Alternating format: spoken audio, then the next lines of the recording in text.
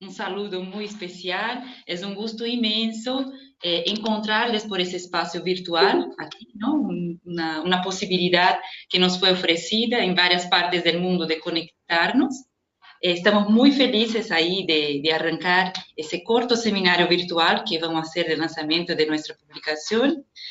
Antes que nada, quisiera agradecerles muchísimo a todos que están aquí, que estamos viendo en video, pero también los que nos están acompañando en el chat.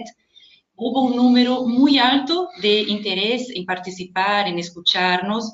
Mucha gente se registró y después volvió a escribirnos pidiendo también la publicación, pidiendo la grabación de esa conversación que vamos a tener ahora, que sí, les recuerdo que está siendo grabada, ¿no? Después se queda disponible ahí a un público más amplio. Entonces, es muy motivador ver tanta gente comprometida, interesada en discutir los derechos de la infancia. Nos alegra muchísimo, ¿no? Bueno, el objetivo de ese seminario virtual es precisamente presentar un esfuerzo conjunto, una iniciativa conjunta de la campaña latinoamericana por el derecho a la educación de CLADE con la Organización Mundial para la Educación Preescolar, OMEP, y con la Fundación Educo, que resultó en la publicación El derecho a la educación y al cuidado en la primera infancia, perspectivas desde América Latina y el Caribe, que aquí les pongo, a ver, también estoy, que está aquí, que ustedes, bueno, ya vamos a poner aquí el link en el chat del su sumario ejecutivo, la gente ya puede bajarlo, está disponible, y todos que se han registrado recibirán, cuando terminemos, recibirán la versión, un link para hacer el download de la publicación completa. ¿Está bien? Bueno, recordar los que nos acompañan que pueden hacer comentarios y preguntas ahí vía chat y que mantengan, por favor, sus micrófonos cerrados y sus cámaras cerradas, así logramos una mejor conexión. Bueno, aquí haremos una presentación conjunta del estudio entre las tres organizaciones que trabajaron en él. Contaremos con Miquel Giber, que nos acompaña ahí desde Barcelona. Miquel, que está aquí con su video. Mercedes Mayor Lasale, de la UMEP, vicepresidenta de la UMEP para América Latina. Comparte conmigo aquí la pantalla. Buenos días. En su momento cambiamos para que esté presentando también para ustedes el estudio. Buenos días. Bueno, luego de esa presentación compartida del estudio entre Miquel, Mercedes y Camila, tenemos aquí el gusto y el honor de contar con comentarios, ¿no? Les invitamos a que hagan comentarios ahí a nuestro estudio, a Jorge Cardona, miembro del Comité de los Derechos del Niño de Naciones Unidas, que aquí nos acompaña. Muchas gracias, Jorge, por su participación. Y Esmeralda Arosemena de Troitiño, aquí, bueno, comisionada de la Comisión Interamericana de los Derechos Humanos y actualmente relatora sobre los derechos de la niñez. Muy bienvenida, Esmeralda, un gusto inmenso tenerte aquí en esa conversación. Gracias a ustedes. Tenemos también, está llegando y se sumará también Vital Didoné, que es un experto en derechos del niño y una persona que brinda gran contribución en América Latina y el Caribe para ese campo. Bueno, muchísimas gracias de verdad por el compromiso de estar en todos aquí, ¿no? Ese estudio fue un esfuerzo que estuvimos trabajando conjuntamente hace muchos meses, quizás más de año, ya en él, fruto de muchos esfuerzos, mucha gente involucrada en él, buscó profundizar un poco el conocimiento de cómo están las legislaciones y las políticas para la educación en la primera infancia en América Latina y el Caribe, teniendo como el punto de partida central la Convención de los Derechos del Niño y sus observaciones generales, ¿no? Entonces, la pregunta que se hacía ese informe era hasta qué punto estos principios informan nuestras legislaciones y nuestras políticas. Entonces, hicimos una mirada panorámica aquí de la región, tratando de los rasgos regionales, pero especialmente hemos visto a 10 países, ¿no? Que aquí es México, Cuba, República Dominicana, Costa Rica, El Salvador, Honduras, Argentina, Bolivia, Brasil y Colombia, ¿no? Entonces tenemos ahí algunos rasgos, nos parece que encontramos algunos rasgos muy interesantes que compartir, reflexionar y sobre todo dialogar sobre estos hallazgos y recomendaciones con los estados y organismos internacionales, porque nos parece que más que todo se trata de un instrumento de diálogo muy potente para lograr avances muy concretos en las políticas de educación y atención a la primera infancia en América Latina y el Caribe. Bueno, recordarles nuevamente a los que se están incorporando, veo que poco a poco más gente se va incorporando, que se puede bajar aquí ya el sumario ejecutivo y cada uno recibirá en su correo la versión completa del estudio. Se puede poner comentarios y preguntas también aquí, las vamos recogiendo todo para el final, para alimentar el diálogo. De una vez, entonces, voy a pasarle la palabra a Miquel Egibar, que nos acompaña ahí desde Barcelona, que iniciará entonces esa presentación del estudio El Derecho a la Educación, a los que llegaran ahora, ¿ok? El Derecho a la Educación y al Cuidado en la Primera Infancia. Bueno, aquí, no, está aquí. Bueno, muchísimas gracias, Miquel, con la palabra. Gracias, Giovanna. Bueno, buenos días primero, antes de nada, a todas y a todos, a aquellos a quienes vemos la cara y a aquellos que están detrás de sus pantallas escuchándonos y viéndonos quizá. Y decir que para mí personalmente es un placer estar aquí en la presentación de este estudio y también para Educo ha sido un placer participar en la realización de este estudio y reivindicar de alguna manera una mirada integral y con sentido en sí misma de la primera infancia. Yo, por mi parte, lo que voy a presentar es un breve recorrido de los principales hitos en cuanto al reconocimiento del derecho a la educación en la primera infancia en los marcos normativos tanto regionales como internacionales, ¿no? Comenzamos quizá con la siguiente diapositiva. Ahí está. Empezamos después de la Convención de los Derechos del Niño del año 89, que sirve un poquito de base para todo el estudio. Comenzamos con la declaración en el año 90, con la Conferencia Mundial de la Educación para Todos en Yomtien, que reconoce que el aprendizaje comienza con el nacimiento y requiere el cuidado y la educación inicial, ¿no? Vemos que aquí se observa la mirada de la primera infancia que después, en la conferencia de Dakar, en la segunda conferencia mundial, se intensifica y se extiende un poquito, ¿no? Y en ella observamos que se constata la necesidad de extender y mejorar la protección y la educación integrales de la primera infancia, ¿no? Y dando como prioridad la realización de este derecho desde el nacimiento, ¿no? Pero es seguramente, a nuestro entender, el hito principal sucede en la Conferencia Mundial sobre Atención y Educación en la Primera Infancia, en el llamado Marco de Acción de Moscú, que se da un salto cualitativo importante, ¿no? Y es en este marco que se reconoce el derecho humano a la educación durante esta etapa y se establece como prioridad su realización desde el nacimiento. Hay un reconocimiento explícito del derecho a la educación en esta etapa, en este momento. A partir de este momento se constata su importancia y la primera infancia va acaparando y va reuniendo cada vez mayor atención, ¿no? Ello se refleja a nivel regional tanto en la Declaración de Mar del Plata del año 2010 como en la Declaración de Lima de 2014. Pero nosotros sentimos que es también a partir de este momento de la Declaración de Moscú que observamos que se ahonda en la brecha en cuanto a las distintas miradas que recibe esta etapa, ¿no? Hay un creciente interés, decía anteriormente, pero este interés muchas veces viene impulsada por la constatación de los impactos o del impacto a largo plazo producidos por las acciones que se realizan durante esta etapa, ¿no?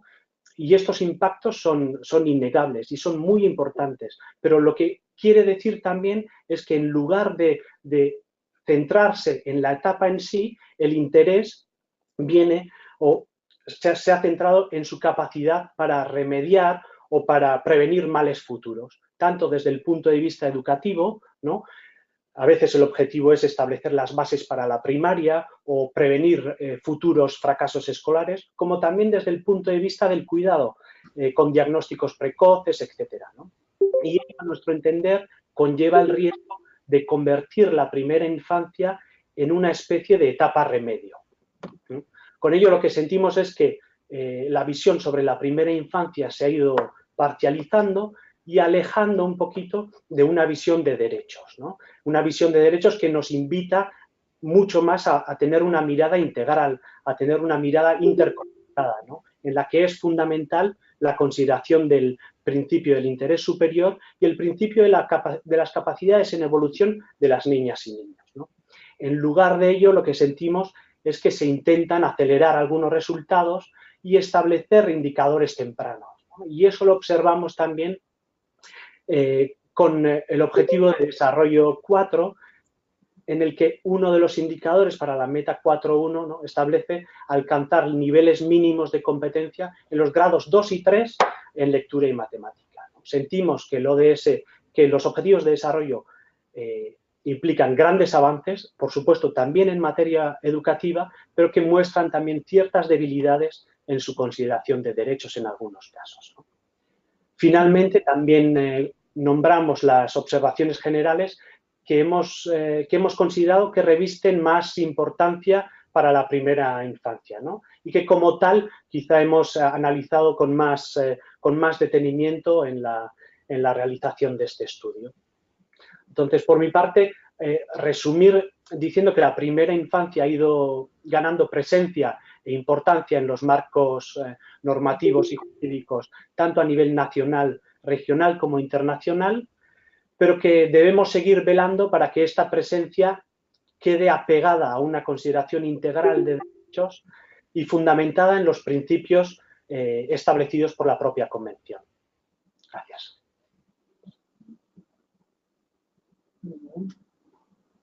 Bueno, muchísimas gracias, Miquel. Entonces, antes de pasar la palabra a Mercedes, solo saludar aquí a los compañeros de Uruguay, Argentina, Nicaragua, Perú, que ya nos han enviado saludos aquí por el chat. Entonces, le paso la palabra a Mercedes, que aquí continuará aquí presentando nuestro estudio. Muchas gracias. Bueno, buenos días a todos y todas. La verdad, un placer enorme estar con todos ustedes y continuando con lo que contaba Miquel del estudio que hemos estado haciendo en forma conjunta. Me gustaría pararme un poco en cuál es el contexto, ¿no? Podemos seguir adelante con la diapositiva. Un poco recordar que el 15% de la población de América Latina son niños y niñas menores de 8 años. Y acá tomamos en consideración lo que dice la Observación General 7, definiendo que la primera infancia abarca todos aquellos sujetos humanos, ¿no es cierto?, que son menores de 8 años. Y esto, de alguna manera, es una necesidad aclararlo porque justamente uno de los grandes problemas que tenemos en la región es la consideración de la primera infancia como etapas parciales dentro de esta gran etapa. ¿No es cierto? Así que se toman distintas definiciones de primera infancia. Nosotros vivimos en un continente altamente desigual, y eso lo refleja nuestro coeficiente de Gini, que estamos muy cerca de los 5 puntos, ¿no es cierto?, que indica una enorme desigualdad dentro de la población, y esta desigualdad afecta profundamente a la primera infancia y afecta también su crianza, su desarrollo, por parte de las familias, de las comunidades y de los estados, ¿no? Y en este sentido, tomando un enfoque multidimensional de la pobreza, nosotros tenemos que ver que la pobreza impacta fuertemente dentro de este marco de desigualdades a la primera infancia, compartiendo algunos elementos en el análisis que tienen que ver con la pobreza adulta, pero que en la primera infancia tiene ciertas especificidades que van a marcar fuertemente las vidas, ¿no es cierto?, actuales y futuras, sin ser, por supuesto, sin tomarlo como una condición definitiva, pero impacta fuertemente en el desarrollo, en la construcción de la subjetividad y en la salud de los niños pequeños. Cuando tomamos el acceso a la educación de los niños menores, de los niños hasta 4 años, ¿no es cierto?, hemos visto que realmente se ha mejorado. O sea, han habido grandes esfuerzos a partir del inicio del milenio para lograr que los niños pequeños accedan al derecho a la educación, gocen del derecho a la educación. Sin embargo, estos guarismos son completamente desiguales. Vemos que hay una correlación entre la obligatoriedad de los últimos años de la primera infancia. En la mayoría de los casos se trata de los niños de 5, 6 y 7 años que sí acceden, y que ese promedio está en alrededor del 70 y pico, 84%, ¿no es cierto?, con diferencias. Por ejemplo, Uruguay tiene el 99% de los niños de 5 años dentro del sistema educativo, mientras que Guatemala tiene el 53%, o sea que en un continente tan desigual también esto se refleja en el acceso. Dentro de los contextos urbanos también, digamos, los niños tienen mayor posibilidad de acceso. Y vemos que en el contexto rural, según el escenario, según el territorio, según su condición étnico-racial, ¿no es cierto? Por ejemplo, los niños afrodescendientes y los niños de pueblos indígenas generalmente acceden menos, tienen menos acceso al derecho, ¿no es cierto? Allí se marca otra de las desigualdades respecto del acceso y la matriculación. Y esto no es menor porque cada vez cuando más analizamos edades más pequeñas, nos vamos a 4, nos vamos a 3, nos vamos a 2, nos vamos a 1, ¿no es cierto? Ahí vamos viendo que los guarismos caen estrepitosamente y tenemos casos, digamos, donde, por ejemplo, niños menores de 3 tienen un acceso a programas y a políticas y a servicios de atención y educación de la primera infancia que rozan nada más que el 4 o 5%. O sea que hay muy poca atención y muy poca ocupación de los estados en hacer esto. Ahora, ¿nosotros qué hicimos con el estudio? Nosotros tomamos dos grandes ejes. Por un lado, el análisis de la legislación y por el otro lado, el análisis de la política, o sea, como espacio de concreción de esa legislación, ¿verdad? Y en el caso de cuando empezamos a analizar las leyes generales de educación de América Latina, nos dimos cuenta de que verdaderamente la mayor parte de las leyes, implícita o explícitamente, reconocen a la educación como un derecho humano, como un derecho personal y social, ¿no es cierto? Y están alineadas con la Convención de Derechos del Niño. En líneas generales, digamos, en la letra tenemos, digamos, se presenta un ambiente bastante optimista respecto de el derecho a la educación. Ahora, en primera infancia, tomando este foco de primera infancia, las leyes de educación coexisten con otras legislaciones que tienen que ver con la atención y la educación de la primera infancia. Y en este sentido, esto genera una enorme fragmentación y una enorme dispersión, inclusive contradicciones conceptuales entre los marcos legislativos. Muchos de ellos hablan de los derechos de los niños, pero le dan distinto énfasis a cada uno de los derechos, con lo cual rompen algo que es absolutamente esencial dentro de los derechos humanos y que estos están interrelacionados y son interdependientes. Y que la educación es no solo un derecho, sino un derecho habilitador de otros derechos. En este sentido, entonces, vemos que la misma legislación genera ciertas dispersiones y contradicciones que después van a impactar en la construcción de la política pública. Por otra parte, también dentro de la propia legislación hay que ponerle una lente, que hoy no podemos profundizar, sobre el tema del financiamiento de la educación. O sea, cómo se explicitan dentro de esos marcos normativos el financiamiento para la atención y la educación de la primera infancia. Y ahí hay un campo oscuro, un campo que todavía necesita mucho más análisis, más foco, más definición, porque generalmente los presupuestos destinados a la atención y educación de la primera infancia suelen estar subsumidos dentro de otros presupuestos, se hacen invisibles y por lo tanto son vulnerables y son menos prioritarios, digamos, dentro de la política pública que después se va a desplegar.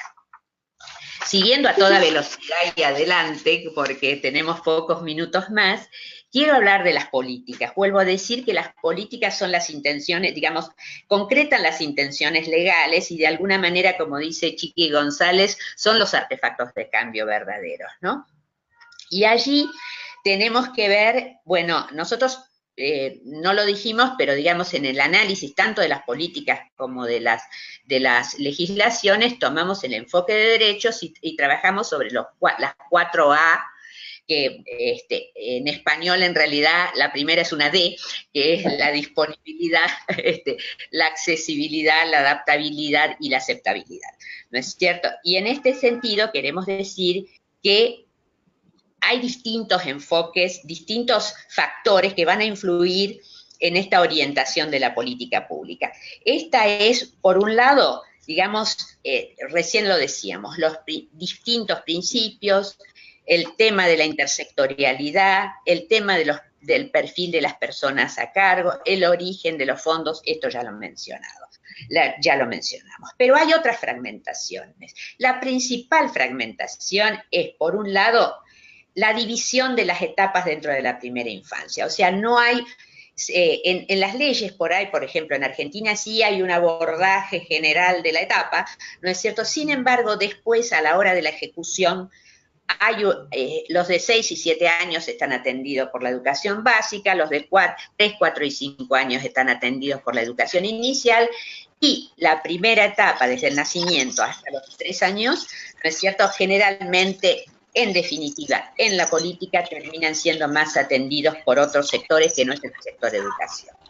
Entonces, hay de alguna manera también entonces no solo una fragmentación de las etapas de edad, sino también de la gobernabilidad, de la gobernanza ejercida a través de distintos sectores del Estado, ¿no es cierto?, que también al interior de los países se va fragmentando desde el sector nacional, provincial, estatal, etcétera, y municipal o de las alcaldías, según corresponda a la organización de nuestros países, ¿no es cierto? Y también hay que ver un tema muy importante, y es que por ausencia de política pública, de despliegue de política pública, ¿no es cierto?, los programas comunitarios tienen enorme fuerza y la acción del sector privado tiene una enorme fuerza, sobre todo el sector privado con fines de lucro. Con lo cual, digamos, este nicho lo ven, digamos, de falta de atención por parte de la política pública y esto genera que el acceso, ¿no es cierto?, esté altamente signado por la capacidad económica que tenga la familia, ¿no es cierto? O sea, que hay poca atención y educación de la primera infancia gratuita, ¿no es cierto?, lo cual implica la universalización, la posibilidad de universalización y la posibilidad de acceso de todos los sectores sociales a la educación y a la atención en la primera infancia, pero en la etapa de menores de 3 está absolutamente signado por la pertenencia a un sector que pueda pagar ese cuidado y esa educación. En cuanto a la disponibilidad, bueno, esto está altamente correlacionado con toda esta acción, ¿no es cierto?, que tiene que hacer el Estado. Nosotros sabemos que faltan normas de seguridad, faltan requisitos de construcción, faltan edificios, faltan sistemas de supervisión e inspección, ¿no es cierto? Con lo dicho, nosotros lo que ratificamos es esto, ¿no?, que para muchas familias y niños la atención y la educación de la primera infancia sigue siendo un privilegio más que un derecho. Ahora, en cuanto a la aceptabilidad, ¿no es cierto? Y que tiene que ver con la calidad, que tiene que ver con que se garantice no solo la atención más básica y la sobrevivencia del niño pequeño, que por supuesto es absolutamente fundamental, sino que también vemos que hay experiencias que se centran mucho en el aprendizaje académico, que es lo que señalaba Miquel como una preocupación. O sea, hay, a partir de los 90, que se empezaron a instalar dentro de los sistemas educativos con mucha fuerza los paradigmas de calidad, ¿no es cierto?, y de medición de tal calidad, etcétera, etcétera, se empezó a torcer, digamos, el verdadero sentido que tiene la educación inicial. No es primarización, no es adelantar ciertos saberes propios de la escuela primaria o básica, sino que la educación inicial, la educación en los primeros años de vida, tiene un sentido propio y un abordaje propio basado en el juego, que esto, por supuesto, tiene que ver, ¿no es cierto?, con el derecho al niño al juego, ¿no es cierto?, y el acceso a la cultura y demás, que está planteado en la Observación General número 17, muy claramente lo plantea el comité, ¿no es cierto? Pero no, vemos un exceso de primarización y esto está muy vinculado con estas intenciones de, como decía Miquel hace un rato, primarizar, ¿no es cierto?, y medir sobre todo en los niños que están en la etapa obligatoria, 4, 5, 6 años, ¿no es cierto? Bueno, entonces lo que nosotros proponemos es realmente un enfoque integral y holístico, y retomamos la conceptualización que hace la Observación General 7 respecto del educare, ¿no? Educare, o sea, educación y cuidado, digamos, tomado como una sola estrategia, digamos, inseparable, indisoluble, ¿no es cierto?, basada en el juego, basada en la creatividad, basada en la cooperación, basada en la promoción de autoconfianza, de la autonomía del niño, de la participación de los niños pequeños y de los múltiples lenguajes, recogiendo las mejores tradiciones de la educación infantil, que en definitiva es eso, ¿no es cierto? Entonces, respecto de las políticas, lo último que quiero decir, ya se me terminó el tiempo, es también hacer una mención respecto de los educadores. En esta fragmentación enorme que hay de la atención y la educación de la primera infancia, también quienes educan tienen diferentes bagajes, diferentes formaciones, diferentes certificaciones. Está altamente feminizada la educación infantil, con lo cual se remarcan los estereotipos de género, ¿no es cierto? Y por supuesto, falta mucha regulación respecto del ratio, o sea, respecto de la cantidad de niños que un adulto puede atender y educar. Y esto en primera infancia es muy importante para que realmente se pueda consolidar una educación para todos y todas de calidad. Bueno, le dejo la palabra a nuestra coordinadora. Bueno. Hola. Bueno, pedir nuevamente que cierren los micrófonos, los que están abiertos. Bueno, entonces muchísimas gracias, Mercedes, por ese panorama tan claro de los hallazgos y sobre todo de los desafíos comunes que tenemos en los varios países nuestros de la región, ¿no? Entonces, señalar que el estudio, además de trazar ese panorama, trató también de indicar algunas recomendaciones muy concretas. Entonces, le voy a pasar la palabra a Camila para que lo haga, recordándoles también, los que nos acompañan, que pueden poner sus preguntas y comentarios aquí en el chat que hay en sus pantallas. Bueno.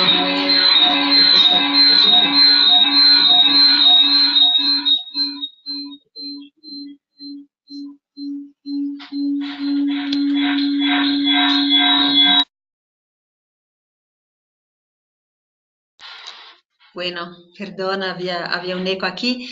Buenas tardes a todos y a todas. Muchísimas gracias otra vez por acompañarnos.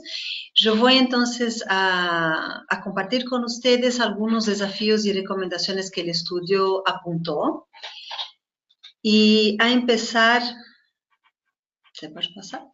A empezar por los principios expresados por la Convención y los comentarios generales del Comité del Niño deben informar de manera más completa y coherente todos los marcos legales, políticos, institucionales y presupuestarios relacionados a la educación, a la atención y educación en la primera infancia. Hemos escuchado tanto a Miquel como a Mercedes, que nos cuentan, por un lado, todo el histórico de marcos legales internacionales, avances, pasos al costado, digamos así, y todo el esfuerzo necesario todavía para asegurar que todo el cuerpo normativo y el cuerpo de política pública esté en su conjunto coherente con los principios que emanan de los comentarios generales del comité, que desde nuestra perspectiva, en su conjunto, apuntan con mucha claridad y con mucha coherencia los caminos para asegurar la realización del derecho humano a la educación desde la primera infancia, ¿no?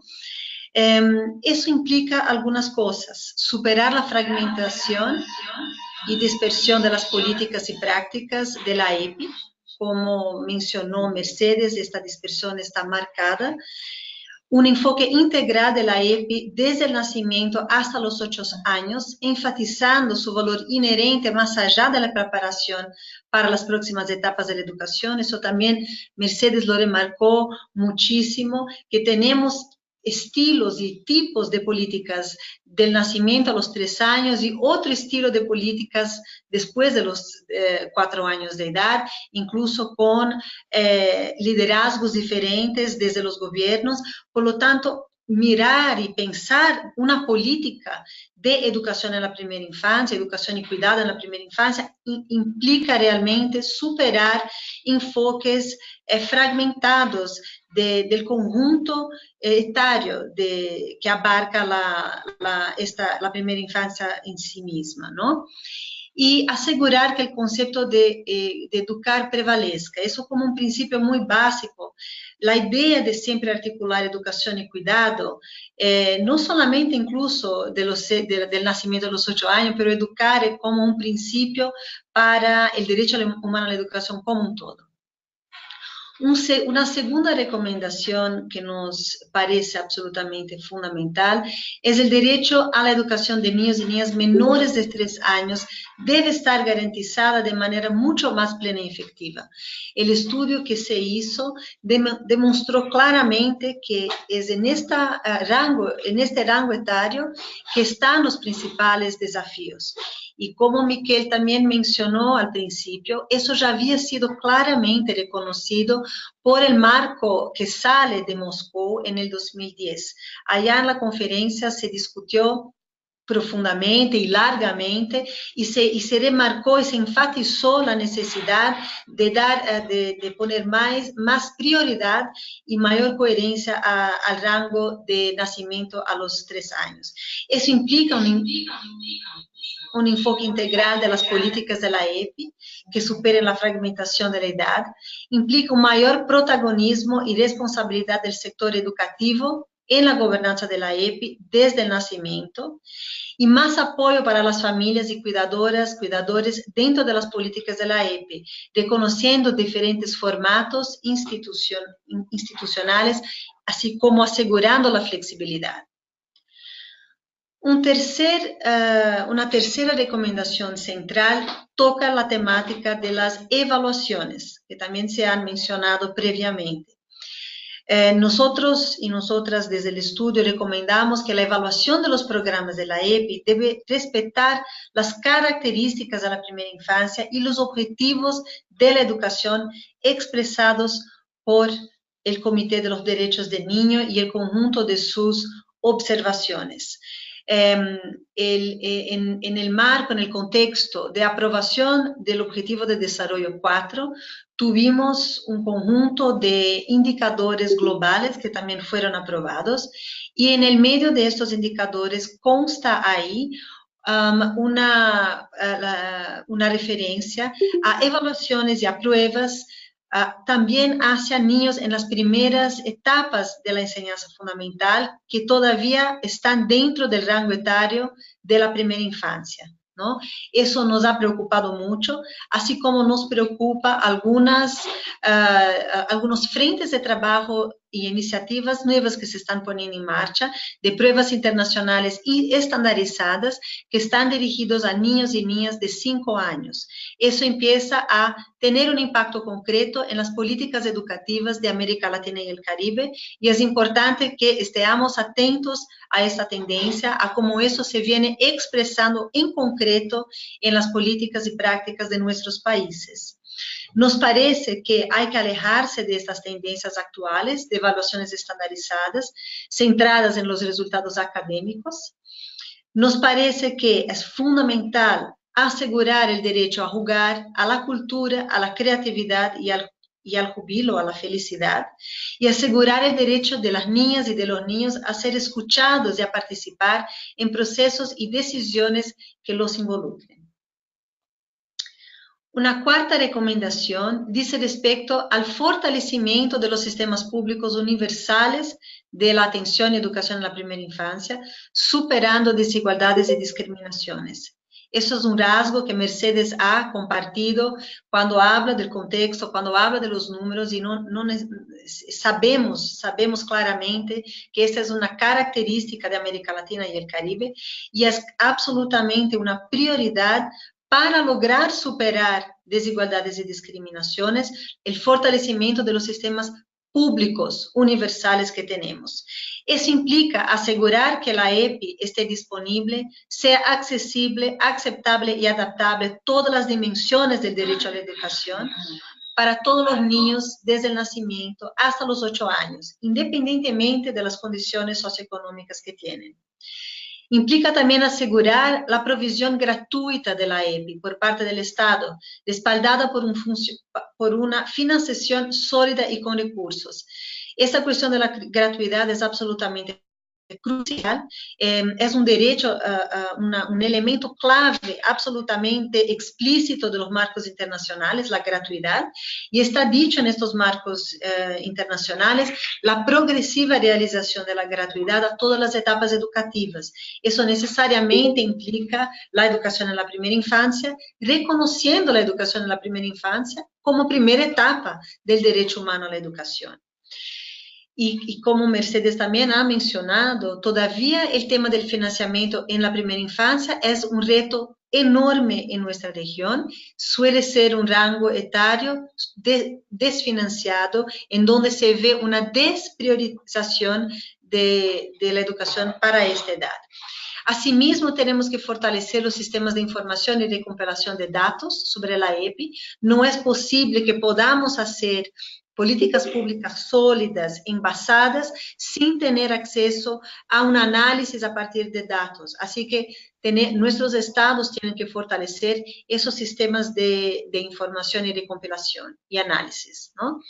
Por último, implica también garantizar el acceso a la justicia, así como la protección y recursos ante la violación de los derechos. ¿Por qué? Porque evidentemente, como cualquier derecho humano fundamental, en siendo un derecho humano, es necesario que existan mecanismos de justicia para que puedan ser accionados, ¿no?, en caso de violación de tal derecho. Y el derecho humano a la educación en la primera infancia, en siendo un derecho humano fundamental, se incluye en este acceso a la justicia. Esas son las grandes recomendaciones que salen de este estudio. Y bueno, lo que queda claro en este momento, el estudio fue fundamental para lograr profundizar un panorama analítico, ¿no?, respecto a las leyes, respecto a las políticas públicas de la EPI en nuestra región. Queda claro que tenemos muchos retos hacia adelante, como también queda claro que tuvimos avances, como se dijo ya en este momento. Y ya hacemos un llamado para que nuestros estados, para que el Comité de los Derechos del Niño, que tenemos un gusto y un honor enorme de estar, que nos están acompañando en este momento, así como la Comisión Interamericana de Derechos Humanos, que también nos acompaña con Esmeralda y Jorge del Comité del Niño. O sea, hacemos un llamado para que podamos estar sumando fuerzas, también con sociedad civil, redes como las nuestras que estamos acá, organizaciones internacionales como las que estamos acá, regionales, para que podamos realmente mantener ese tema en agenda, para que podamos dar pasos muy concretos hacia las recomendaciones que estamos apuntando aquí y trabajar de una manera realmente articulada para que garanticemos de hecho, para que los estados puedan garantizar de hecho el derecho humano a la educación en la primera infancia.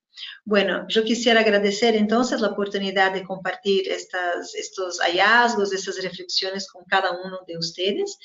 Y ahora paso de vuelta la palabra a Giovanna, que seguirá coordinando los debates. Muchísimas gracias.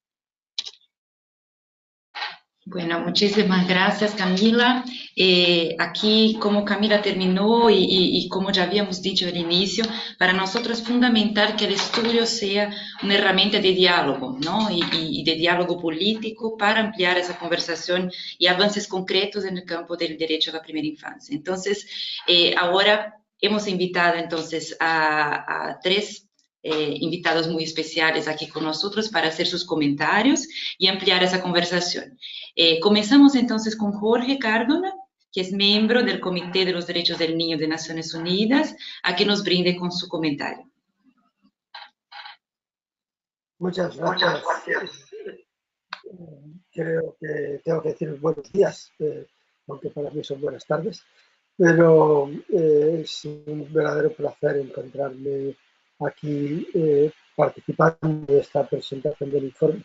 Un informe que yo diría tiene tres grandes destinatarios. En primer lugar, tiene como destinatarios a los estados, que son los primeros en que deben de atender esas recomendaciones y a los que es importante hacerles ver cuál es su realidad. En segundo lugar, tiene como destinatarios a la sociedad civil, a las organizaciones, a la sociedad en general, para que esté sensibilizada y conocedora del problema. Pero tiene un tercer destinatario también importante, que son precisamente los órganos internacionales responsables de hacer seguimiento en la aplicación de los derechos en los estados, ya sea órganos universales, como es el caso del comité al que tengo el privilegio de servir, ya sea órganos regionales como la Comisión Interamericana de la que forma parte Esperanza Rosamena, que hablaremos. Y es importante el hacernos llegar este tipo de informes y agradecemos especialmente trabajos como este porque nos permite, por una parte, conocer cuál es la realidad más a fondo de determinados estados. Aquí hay 10 estados estudiados a fondo y por lo tanto conocer mejor esa realidad y tener una información. Sabemos que la ausencia de datos es siempre uno de los grandes problemas que tenemos para comprender la realidad de los derechos de estados concretos. Pero no solamente nos permite conocer la situación en esos 10 estados, sino que también nos permite conocer tendencias regionales. Un estudio como este nos permite ver cuál es la situación de la región de América Latina. Y en ese sentido nos ayuda, y ayuda especialmente a aquellos miembros, como es el caso del Comité de Derechos del Niño, que tienen que examinar a estados de América Latina y que a lo mejor no han visitado nunca esa región y que provienen de culturas diferentes y que por lo tanto es muy importante comprender cuál es esa situación de esa tendencia. Pues dicho eso, y que no es otra cosa más que agradecer que esto se haga y señalar la importancia de este estudio, que creo que efectivamente es trascendente y de enorme importancia, querría detenerme sobre la cuestión fundamentalmente de la educación de 0 a 3 o si queremos de 0 a 5. Como bien señala el informe, los estados de América Latina han hecho un esfuerzo importante para esa segunda etapa de la primera infancia, de los 5 a los 8. Pero la educación de 0 a 3, fundamentalmente, de 0 a 5 en muchos de los estados, sigue presentando enormes desafíos. Sabiendo que esa es una etapa vital en el desarrollo de los niños, niñas de cualquier sociedad. Y es vital porque una educación integral, con la perspectiva holística que aquí se ha descrito durante esa etapa, va a permitir poder aprovechar mucho mejor el desarrollo, en el marco del desarrollo de ese niño o niña, poder aprovechar mucho mejor todas sus capacidades y competencias. Señalaba, si no recuerdo mal, Mercedes, el punto de cómo la pobreza incide en relación con esta situación. Es decir, es cierto que las personas, las familias más acomodadas, cuando no existen políticas propias de infancia, pueden permitirse el que sus hijos tengan una educación de 0 a 5 años, y las familias que no tienen esos recursos, que están en pobreza, no proporcionan algo que debería de estar proporcionando el Estado, que es el derecho, y la pobreza marca el acceso a la educación. Pero no solamente es que la pobreza esté marcando el nivel de renta, el acceso a un derecho que deben de tener todos los niños y niñas, sino que también el acceso o la ausencia de acceso a esa educación primaria va a marcar la pobreza en el futuro. Es decir, es vital que los niños y niñas, en el marco de su desarrollo holístico, para poder salir de los círculos de pobreza, tengan una educación y una formación y una atención integral en esa etapa que es, conforme con todos los estudios de neurociencia, especialmente importante su desarrollo. De tal manera que es como una especie de círculo, no solamente la pobreza va a afectar al acceso o no a esa atención y educación, sino que también el que no ha tenido acceso va a quedar cerrado muy posiblemente, porque va a producir grandes diferencias. Es cierto que se ha conseguido el acceso casi universal a la educación a partir de 6 años, pero no es lo mismo el niño que llega habiendo tenido una atención y educación en los primeros años que el niño que llega sin haber tenido, o la niña que llega sin haber tenido esa atención y educación. Por lo tanto, ya en los estudios primarios y secundarios se va a notar una diferencia entre los que lo han tenido y no han tenido, y por lo tanto se va a agudizar la inequidad. Entonces, yo creo que estamos hablando de un tema que es muy importante para salir del círculo de la pobreza, que es esencial para eliminar las inequidades que luego se van a producir entre los niños, niñas y adolescentes en todo el proceso de su desarrollo. Y también que ese acceso, que ya la Mercedes está en inglés señalado por las 4 A's, en español por las D, las 3 A's, sea de calidad. Y aquí hay otro elemento esencial, porque en muchas ocasiones nos encontramos en que el Estado te dice: sí, estoy proporcionando atención a los 0 a 3 años, pero estoy proporcionando en guarderías. Entonces la guardería, que por su propio nombre es un sitio donde se guarda al niño, no donde se le atiende y educa, es una cuestión que hemos de cuidar especialmente, porque la atención a los niños de 0 a 5 años debe tener una perspectiva de educación, una perspectiva que es necesario cuidar especialmente. No pueden ser lugares donde se guarda al niño, no pueden ser lugares donde se simplemente vigila, se tiene al niño cuidado mientras no está con sus padres, pero no hay una perspectiva educativa. Entonces ahí esa necesidad de formación, de educación integral, con carácter holístico, que se ha señalado y que el comité viene recomendando desde hace tiempo, creo que es de carácter también importante. Por ahí, la importancia de marcar los 3 objetivos que yo creo que el estudio, por lo que he leído del mismo, marca bien. Por un lado, las leyes tienen que marcar que esto es un derecho y esto es fundamental.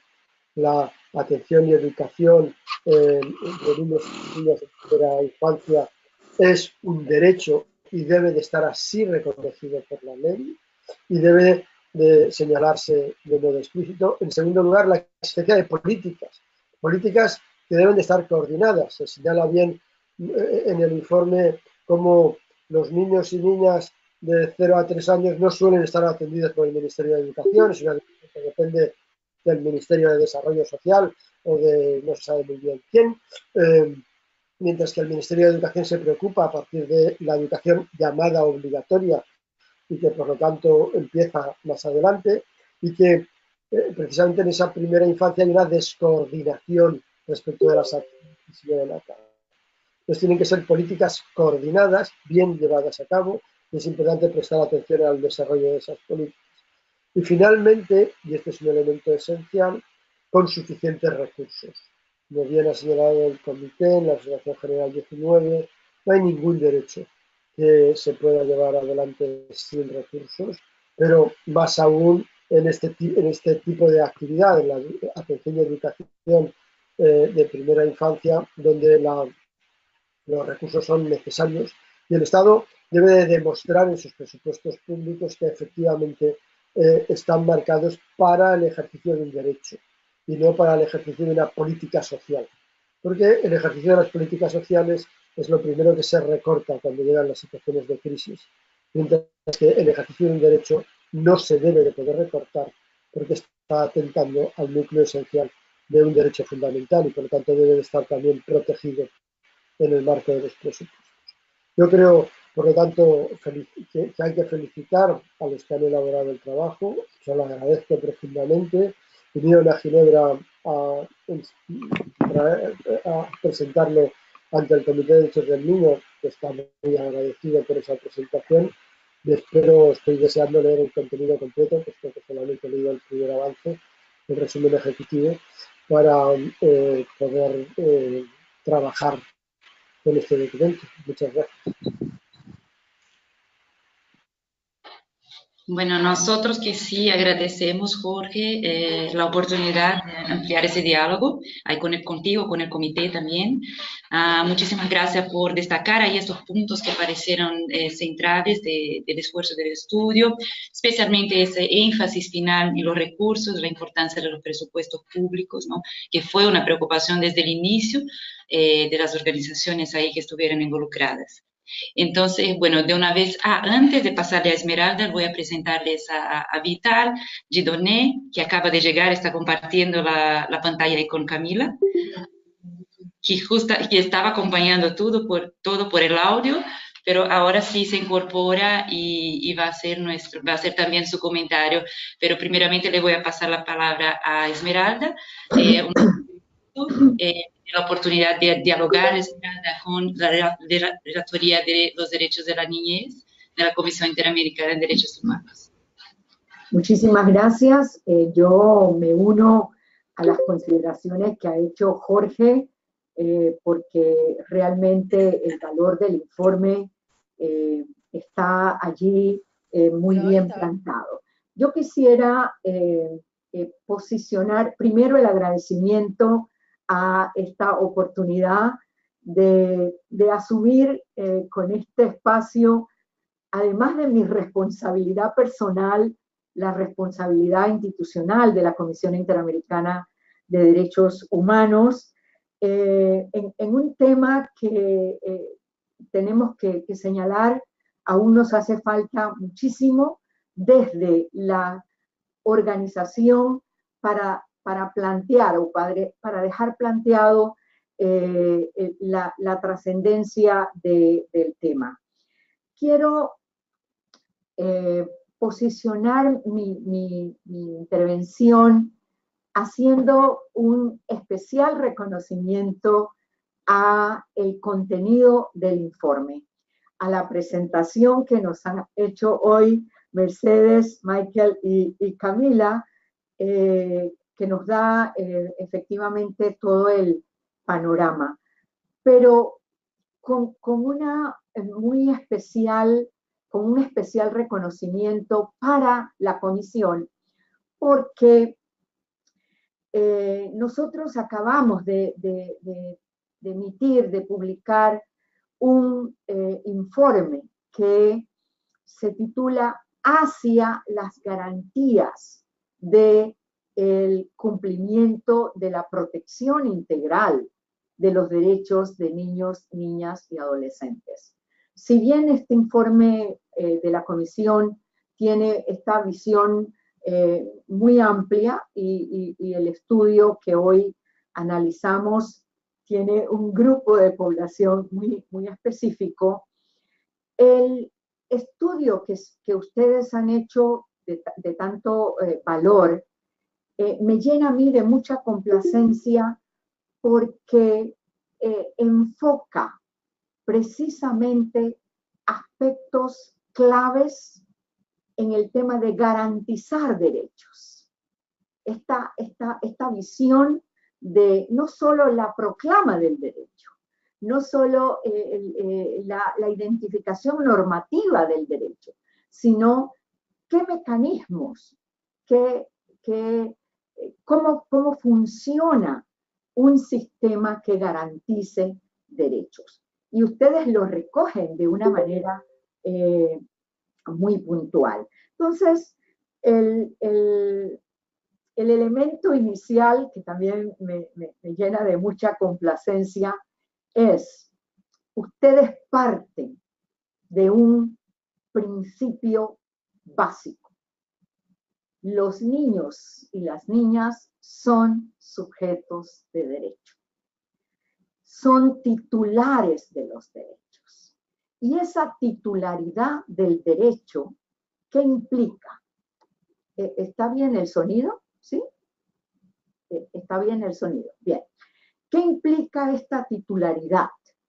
Que los niños, desde su nacimiento, puedan ir ejerciendo los derechos.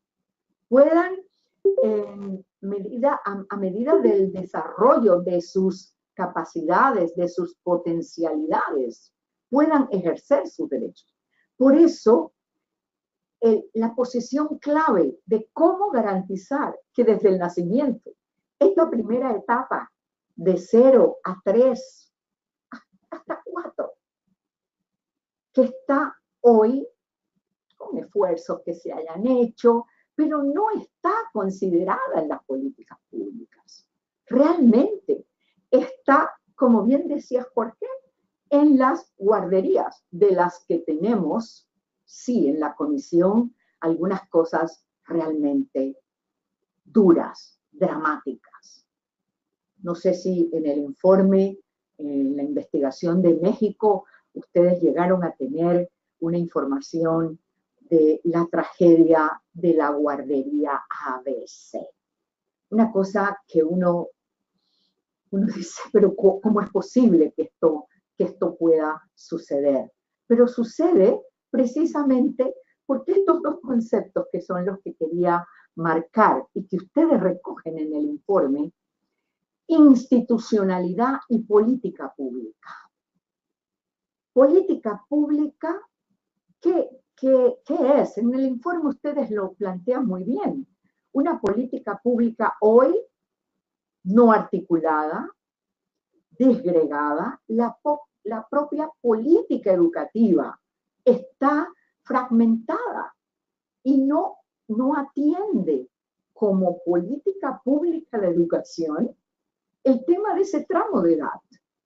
Bueno, la educación inicial, les quiero hacer un comentario quizás un poco personal, pero hace 50 años me titulé en pedagogía, filosofía, letras y educación. Y mi tesis fue la educación preescolar. Pero 50 años atrás, esta visión de 0 a 3 era inconcebible. Yo revisé cuando supe pues de esta invitación mi tesis y me da pena. Me da pena porque no está en la visión universitaria, en la academia, de lo que representa esa educación del niño desde su nacimiento. De allí que para mí educare es también un concepto muy significativo.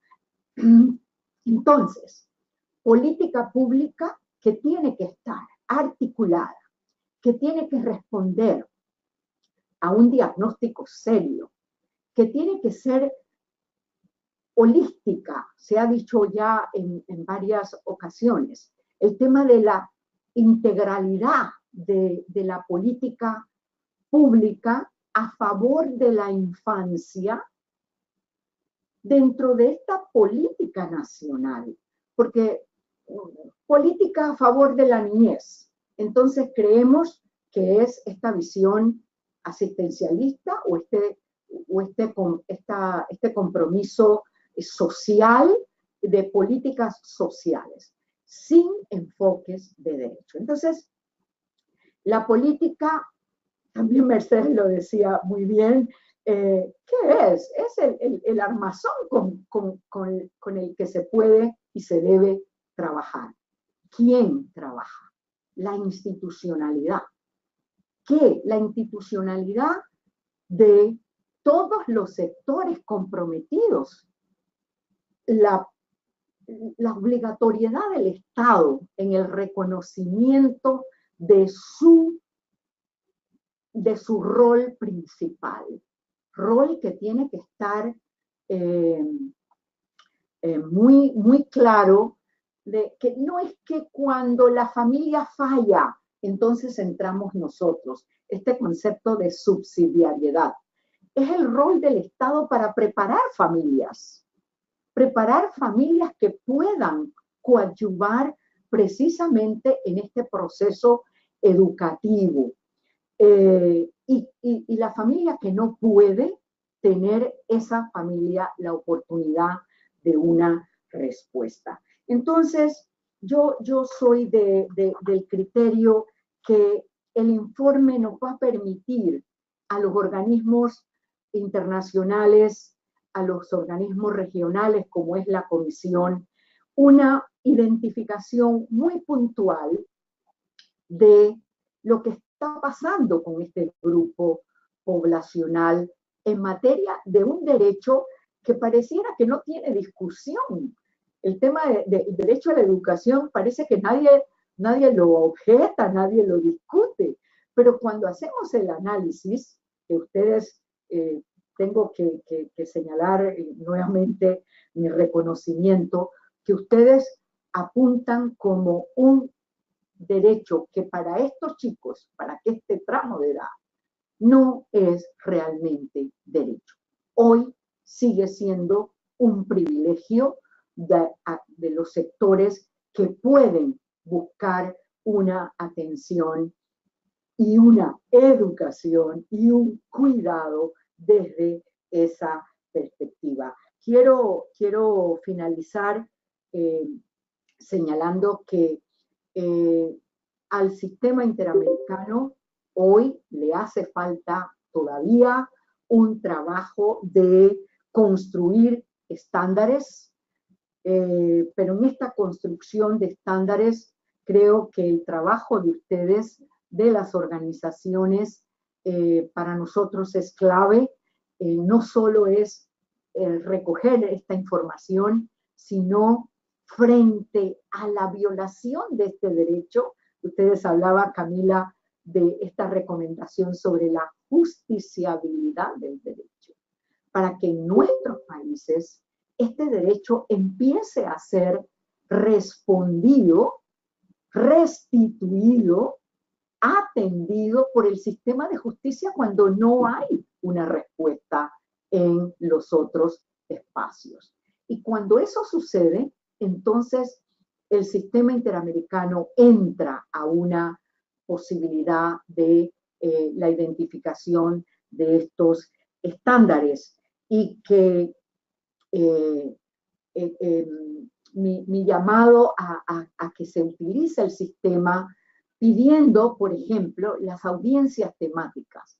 Este es un tema que pudiera ser llevado a una audiencia temática ya tenemos un informe, hay una posición de 10 países creo que fueron, y eso nos permitiría a la Comisión entrar en este contacto muy directo con la realidad.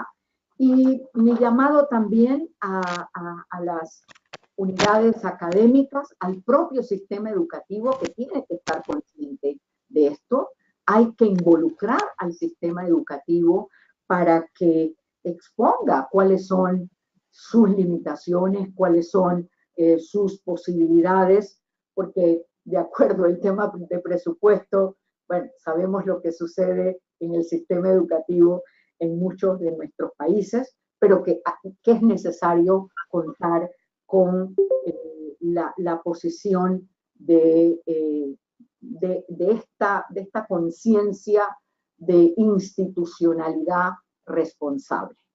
Salud, educación, etcétera, tienen el informe de que les hablaba habla de esta necesidad de que la política nacional a favor de niñez tenga una estructura, un sistema, un andamiaje institucional articulado para poder tener respuestas también integrales.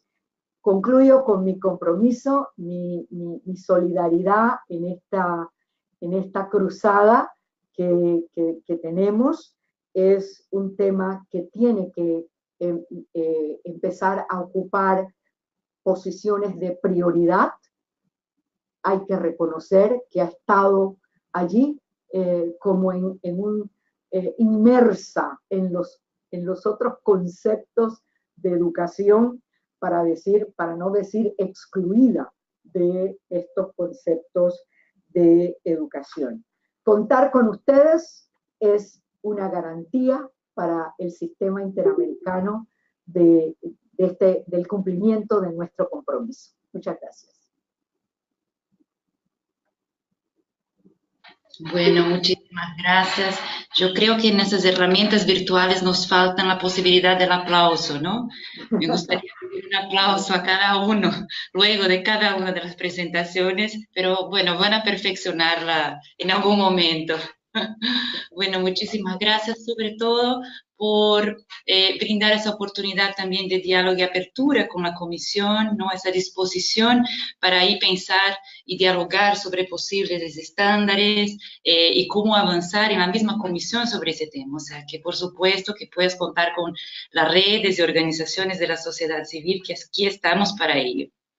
Entonces le voy a pasar la palabra a Vital, que aquí comparte el mismo espacio con nosotros, aquí la pantalla con Camila. Vital, bueno, además de su larga trayectoria en la defensa de los derechos de la primera infancia en América Latina y el Caribe, participó muy directamente con nosotros aquí del estudio como parte del consejo consultivo que armamos para que pudieran aportar y dialogar y revisar también ese contenido. También menciono a los demás compañeros que estuvieran involucrados aquí, que fueron Fernando Salís Quirós, de México, Gabriela Echeverri Arenas, de Uruguay, y también Beatriz Elena Zapato Espina, de Colombia. Muchísimas gracias también a ese grupo, cuyo aporte fue fundamental a la realización del estudio. Vital, la palabra es tuya.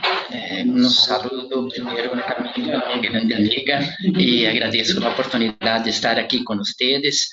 Saludar también a Mercedes, mi jefa en la UNEP, en América Latina, y a todos ustedes de CLADE, de la UNEP, y agradezco también la oportunidad que Educo ha brindado para que ese estudio de tanta calidad, de tanta importancia pudiera ser hecho.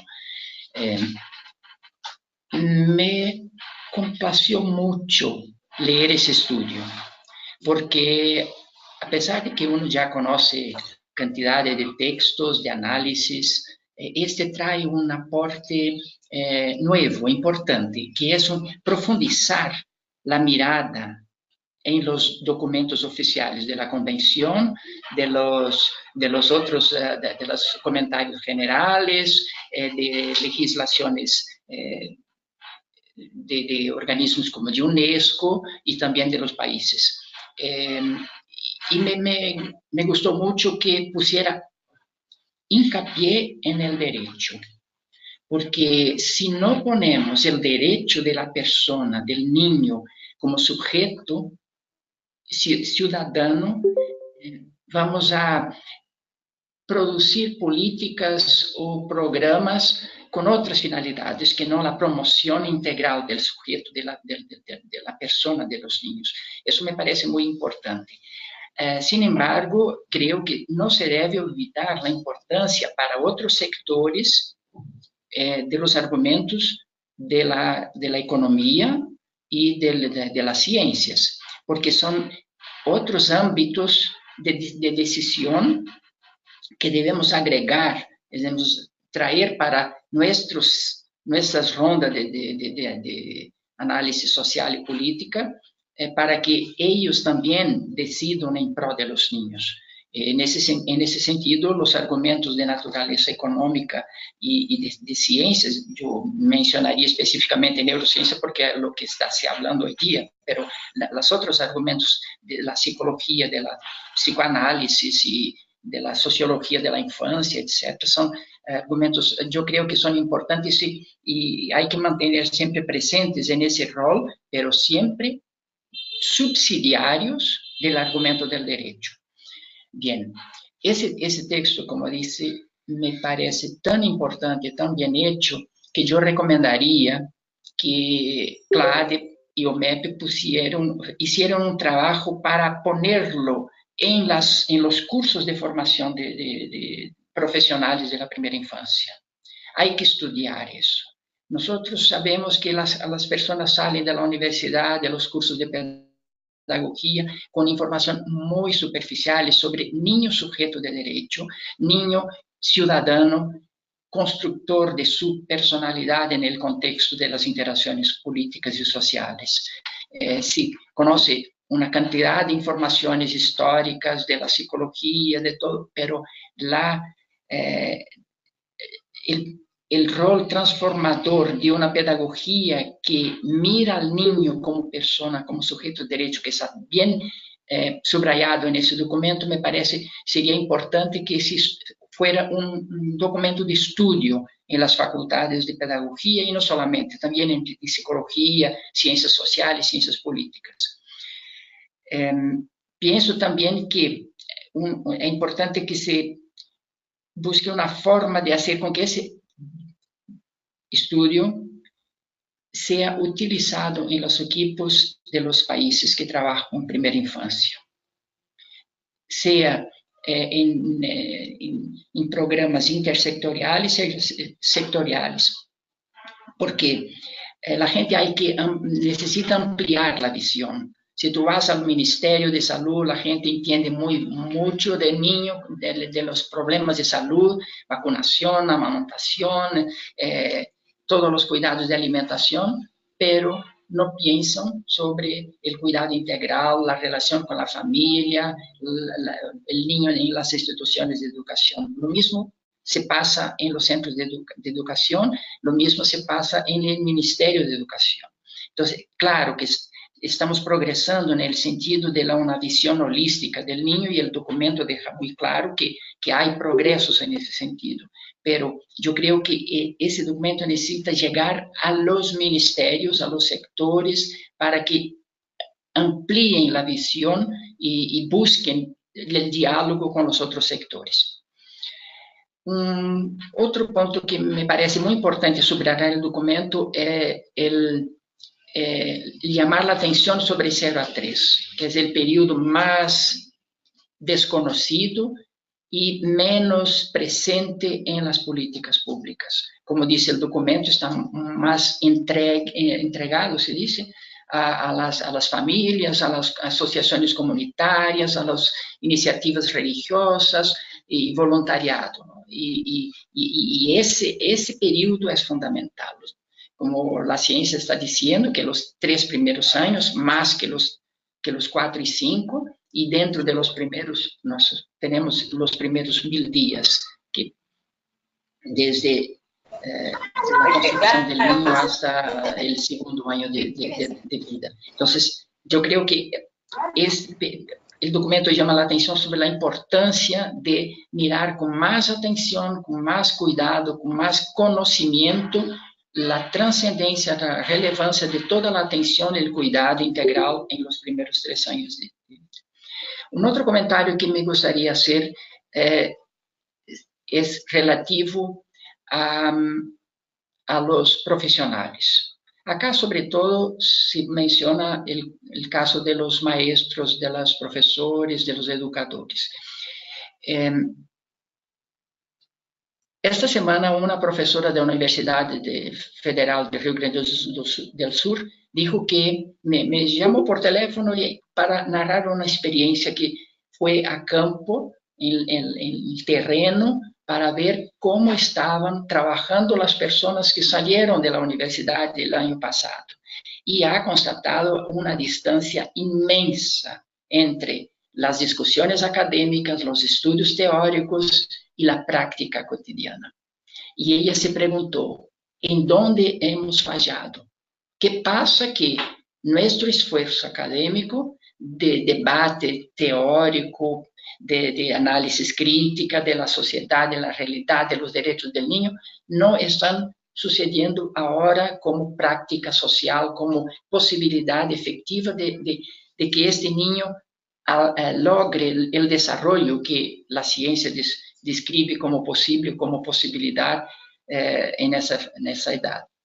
Y regresó a su ambiente académico diciendo, tenemos que cambiar, tenemos que visitar las escuelas, tenemos que estar presentes en los centros sociales para hacer de esta vida que pasa ahí un elemento de reflexión en nuestros centros académicos. Bien, entonces yo pienso que profundizar un poco en ese sentido lo que el documento pone como valorización del maestro, de la profesión de educador infantil. Hay una cosa interesante que se menciona en el documento, pero creo que merece un análisis un poco más profundizada sobre la experiencia brasileña de establecer el piso nacional de salario para los trabajadores de educación. Porque la revolución que ese piso nacional de salario generó en la educación infantil y educación inicial es más grande que en primaria y que enseñanza de nivel medio. ¿Por qué? Porque los de primaria eran siempre los que tenían los salarios más bajos y menor formación. Porque se decía, no, para cuidar de niños es muy sencillo, muy fácil y no necesita grandes preparos. Con el piso nacional de salario, cualquier persona que trabaja en educación básica tiene el mismo piso, sea trabajando en nivel medio, fundamental, educación primaria o de educación inicial. Luego empezó una búsqueda de personales más calificados y más preparados para trabajar con la educación inicial. Y ha cambiado bastante el perfil de nuestros profesionales de educación inicial. Creo que analizar un poco cómo eso puede ser un desafío para nuestros países, pero CLADE podría, y la UMEP quizá, tomar ese caso y analizar cuánto una medida que parece simplemente medida financiera de salario cambia el perfil de los profesionales que están ahora en la educación inicial. Y un último ítem que me parece interesante subrayar también del estudio, está bien puesto, sobre la evaluación. Se dice claramente que no se debe admitir la estandarización, establecer rankings y comparaciones. Eso siempre ha traído problemas para la pedagogía, para cada niño individualmente, para una escuela que no se ha clasificado bien y no ha mejorado nunca. Nunca he leído un artículo, un análisis política de educación que diga que a partir de un ranking, las escuelas que estaban abajo buscaron formas de mejorar. Simplemente genera un sentimiento de inferioridad o de orgullo de quien está en el tope del listado. Yo pienso que eso está muy claro en el documento. Ahora, pienso que hay que enfrentar la evaluación, sí, proponiendo la evaluación de la oferta, de los elementos que el gobierno, que el programa está ofreciendo para que la educación o la atención integral a los niños sea buena. O sea, estamos ofreciendo qué tipo de servicios, qué tipo de educación, qué tipo de atención se está brindando a los niños, cómo están los espacios, los materiales, la propuesta pedagógica o el currículo, cómo están los tiempos, la organización de los tiempos de los niños, cómo está la relación con la familia, cómo están los pagos de los maestros, la alimentación de los niños, los servicios complementarios. Esto sí se debe evaluar. Y eso sí para que se tengan elementos de decisión en la política pública, que es que debemos ofrecer con mejores calidades. Porque si se ofrece cosas buenas, se puede esperar que los niños van a aprovechar. Pero a evaluar los niños antes de ter certeza, haber una certeza de que estamos ofreciendo cosa buena, eso es una injusticia, ¿no? Es un principio que no se justifica. Y pienso que a lo demás, el documento es una contribución, es un estudio que debe tener una utilización práctica.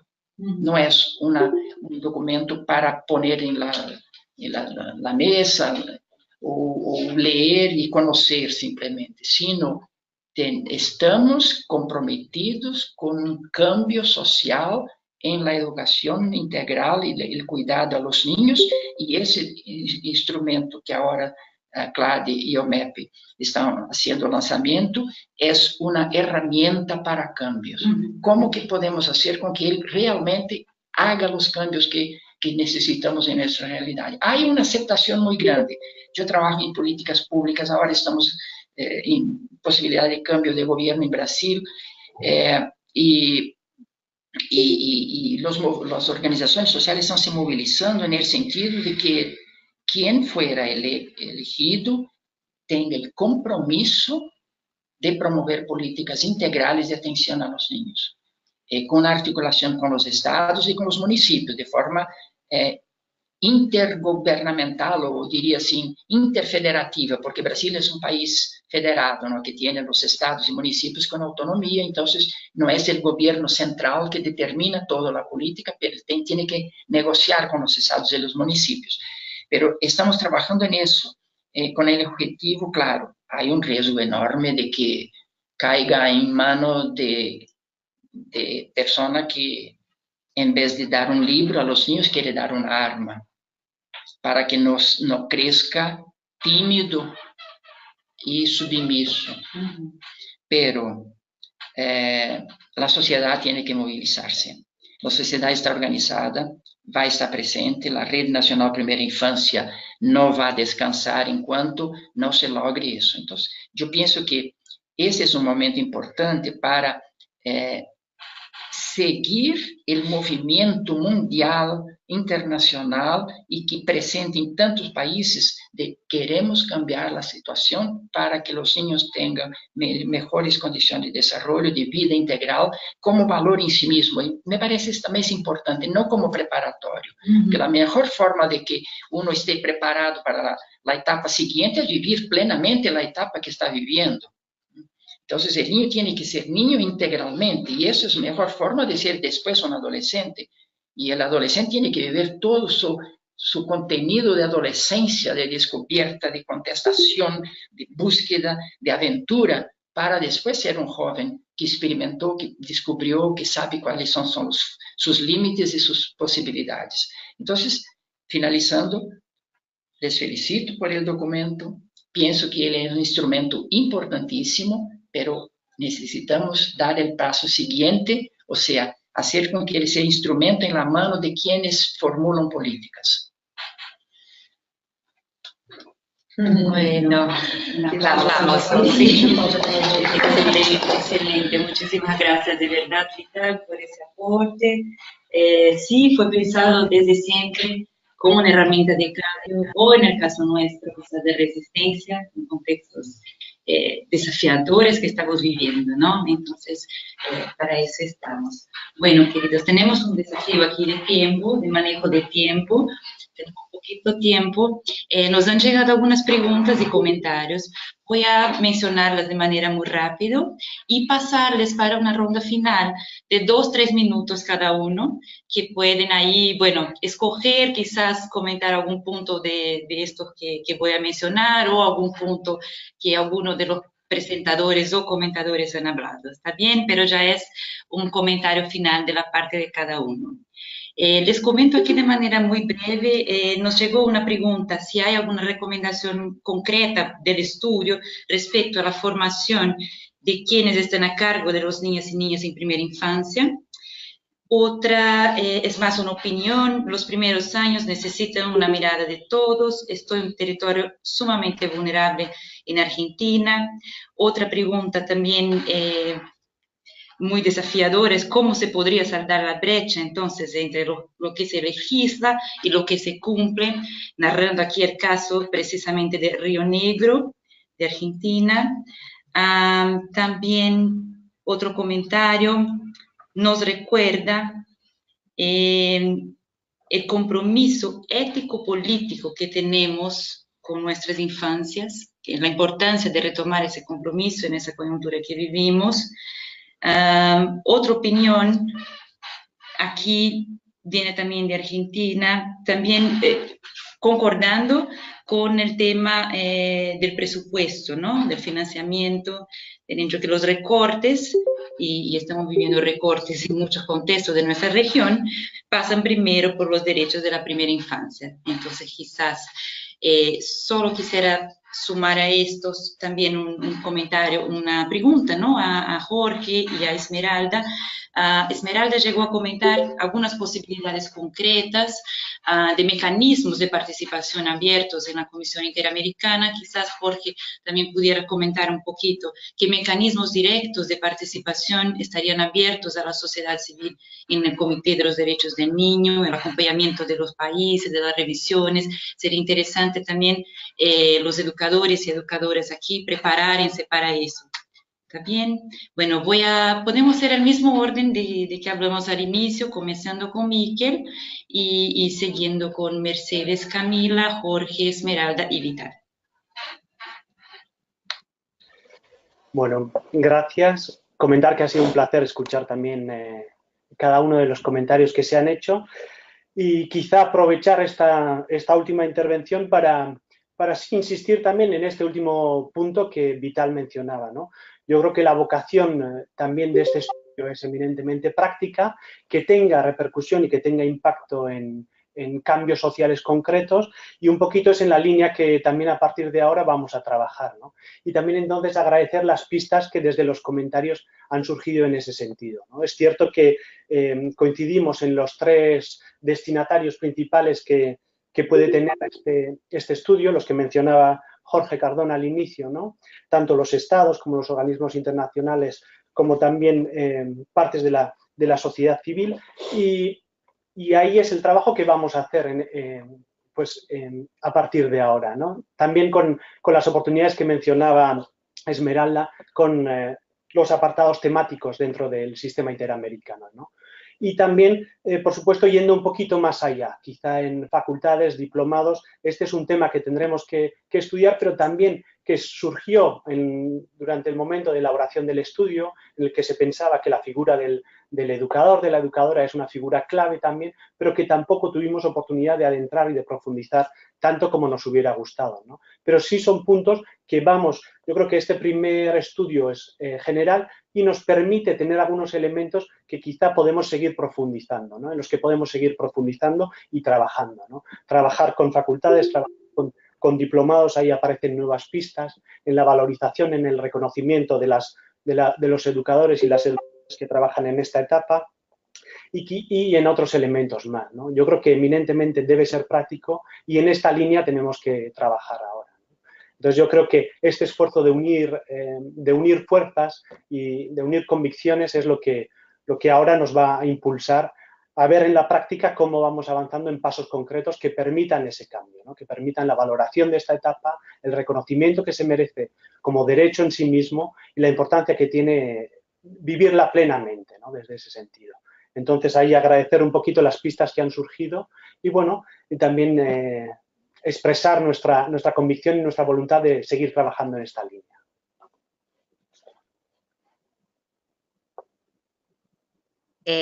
Bueno, la verdad es que yo estoy muy emocionada y me encantó, me pareció interesantísimo todo lo que escuché de los compañeros y compañeras, a quienes agradezco mucho que nos acompañen en esta militancia.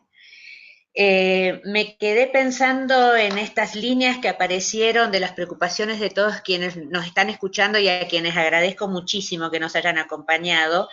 Y además que sepan que el video va a estar disponible y que se va a poder replicar por ahí, porque es parte del trabajo de incidencia, ¿no? ¿Qué pasa con este compromiso ético-político con la infancia? Toda la sociedad, todos nosotros somos actores importantes y tenemos un compromiso y tenemos deberes frente a la infancia y frente a sus derechos como ciudadanos. Y en este sentido, yo creo que es esto que decía Miquel recién y que decía Vital, ¿no es cierto? Nosotros tenemos que trabajar mejor en incidir. ¿Cómo incidir políticamente para que la política enunciada sea una realidad para la infancia?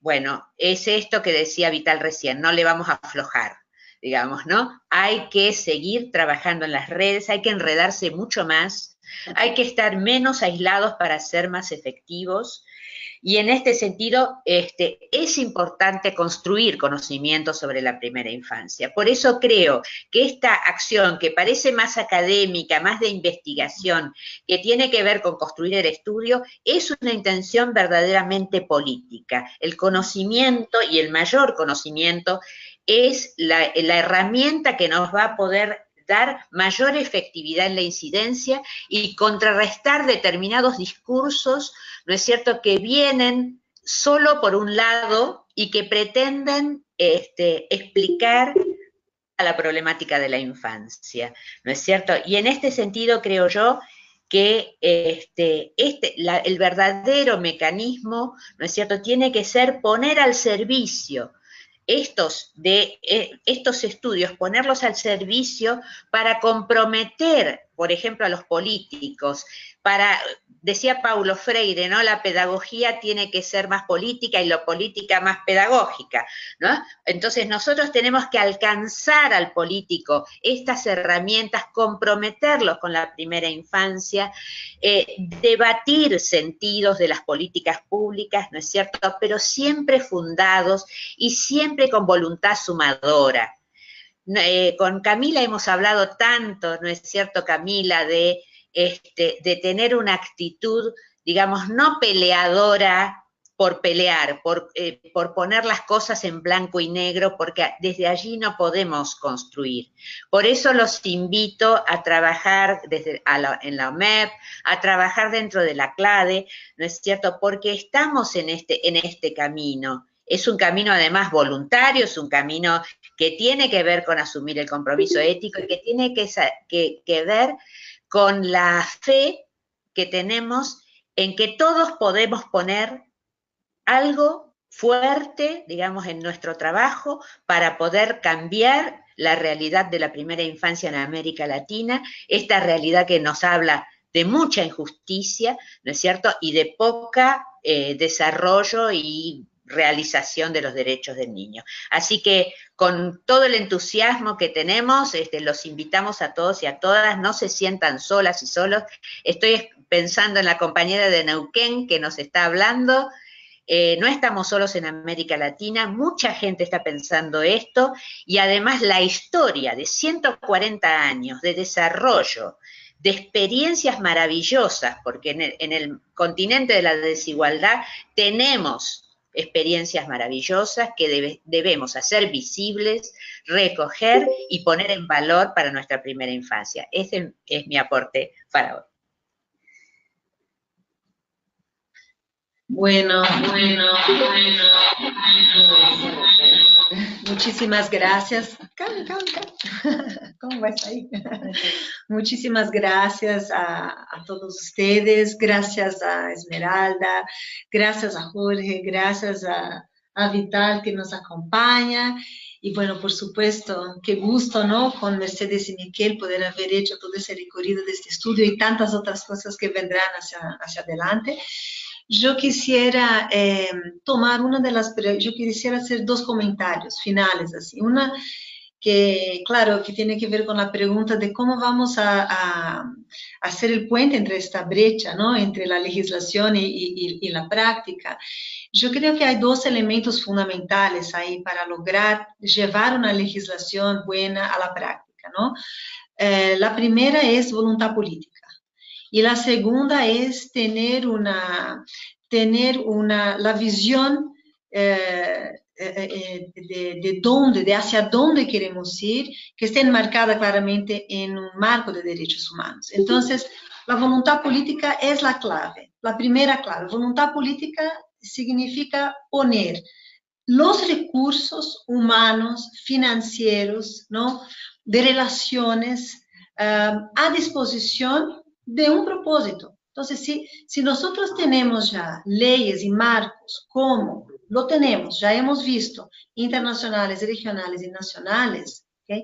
Y tenemos, digamos, una visión de hacia dónde queremos ir, y ahí nuestro agradecimiento profundo a todo, digamos, este recorrido del comité principalmente, de todas las observaciones que nos brindan, que nos detallan, que son lindas.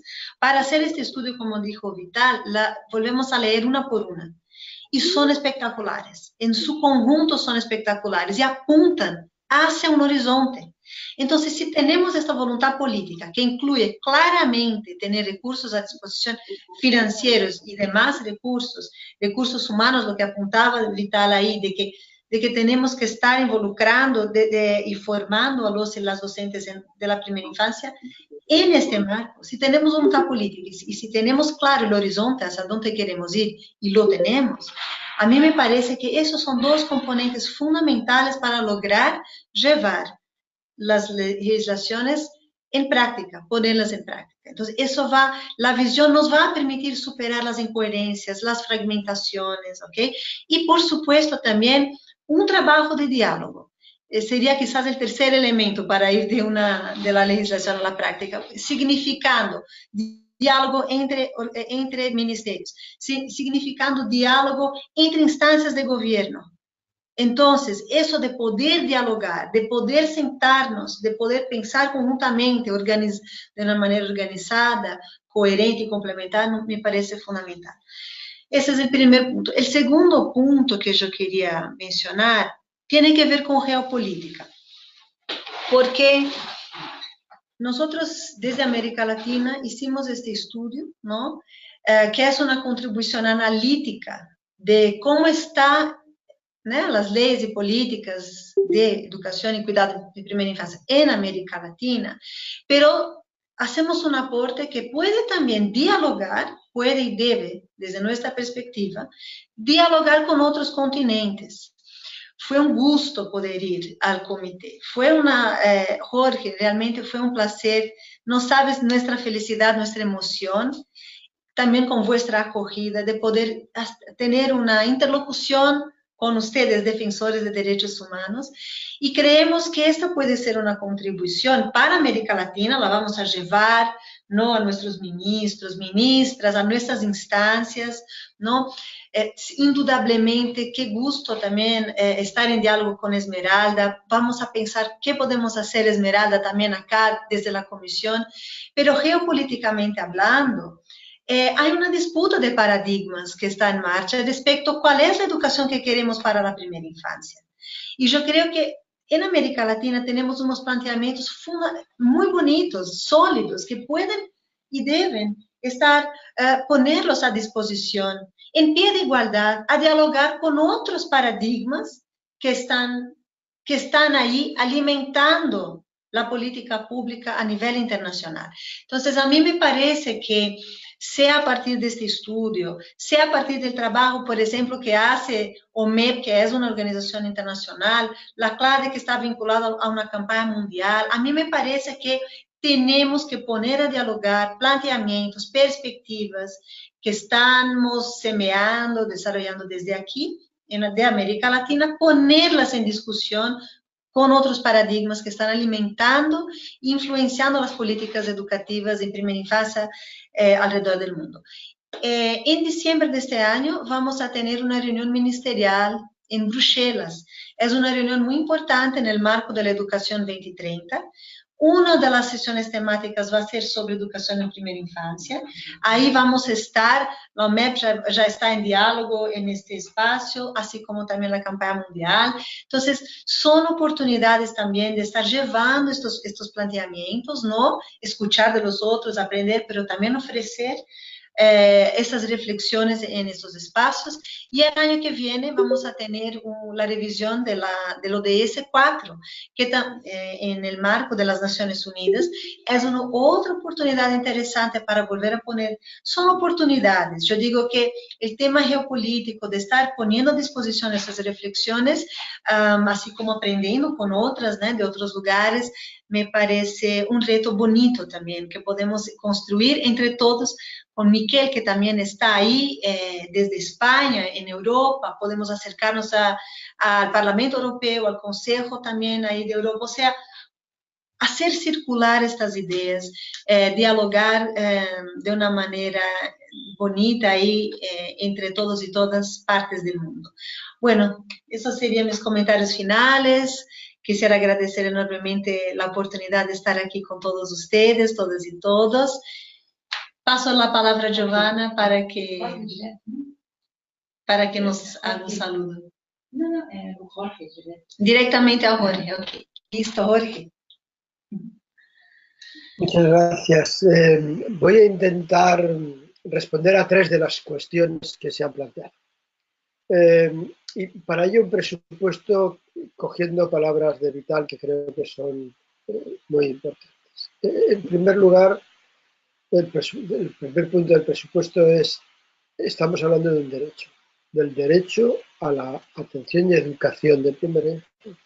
No estamos hablando de una política social, no estamos hablando de derechos de ciudadanos que tienen de 0 a 4 años, de 0 a 5 años, pero son ciudadanos y tienen un derecho.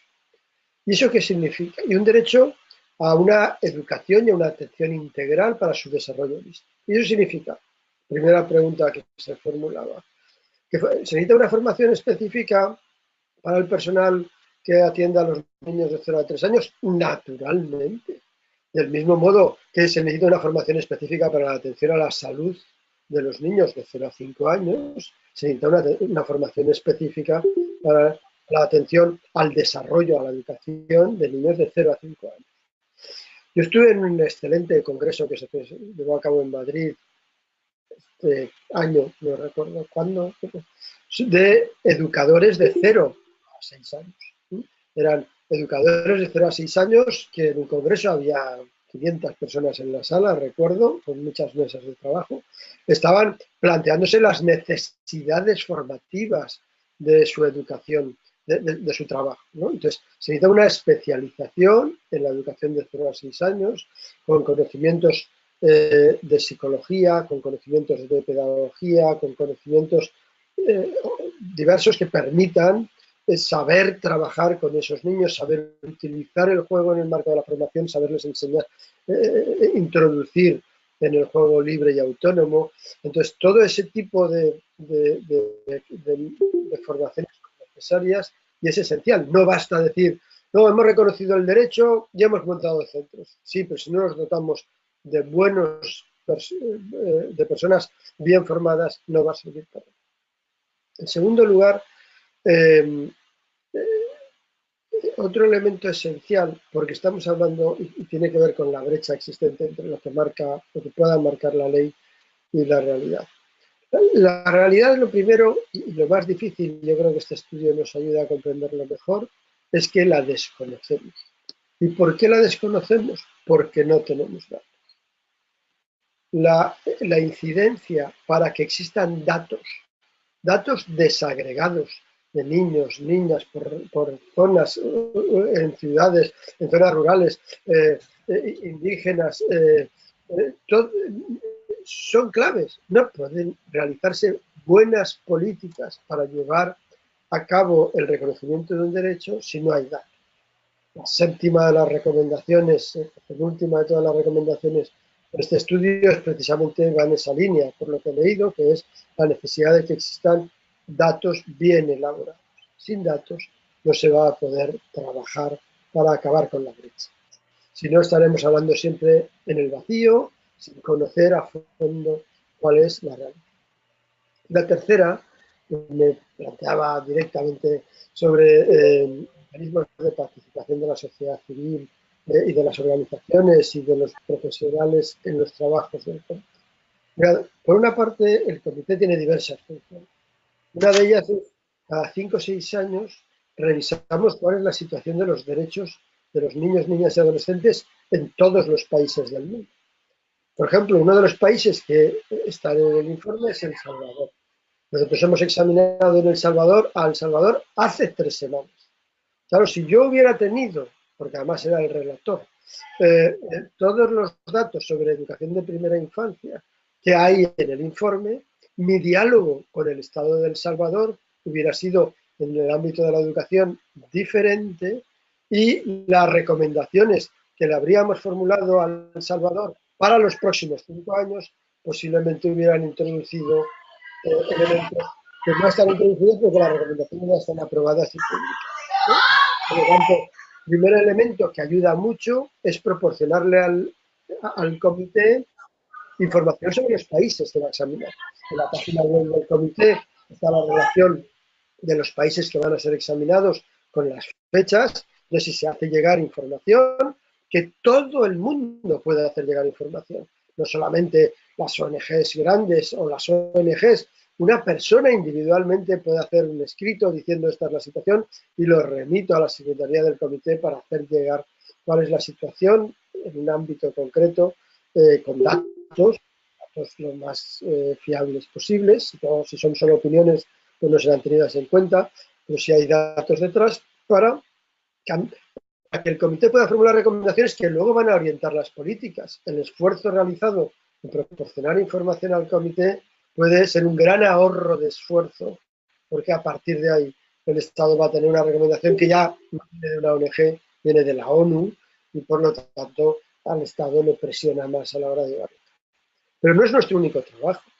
También en el marco del tercer protocolo cabe la posibilidad de presentación, si el Estado lo ha ratificado, en este caso ya no todos lo han ratificado, pero sí muchos en América Latina, que de presentar bien comunicaciones individuales, se están violando los derechos de un niño o una niña en el marco de su primera infancia concreto y por lo tanto se lleva al comité la denuncia de esa violación, o bien cuando la situación es grave o es sistemática, es decir, se produce de modo recurrente en el Estado, en estos casos se puede solicitar una investigación y para que el comité realice una investigación al Estado sobre esa situación y termine formulándole una recomendación.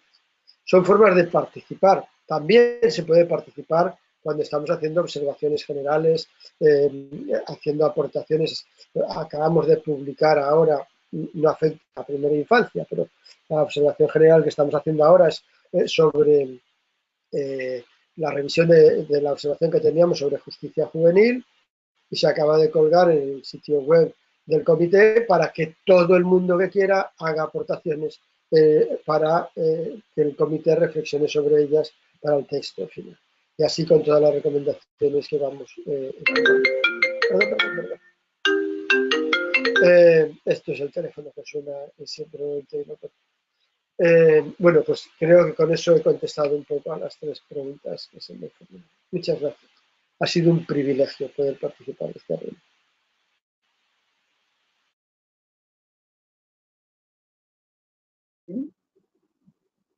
Esmeralda.